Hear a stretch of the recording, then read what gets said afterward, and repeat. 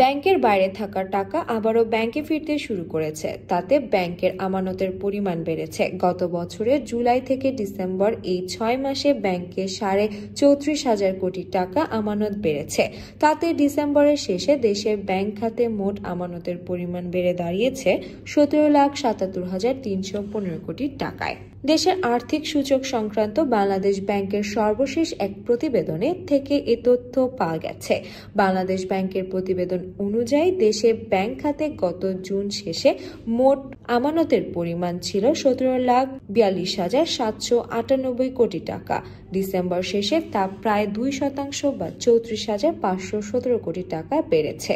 December শেষে 17,77,000 কোটি টাকা আমানতের বিপরীতে ব্যাংকগুলো বিতরণ করা ঋণের পরিমাণ ছিল প্রায় 17,02,598 কোটি টাকা। সেই হিসাবে আমানতে প্রায় 97% ঋণ হিসেবে বিতরণ করেছে ব্যাংকগুলো।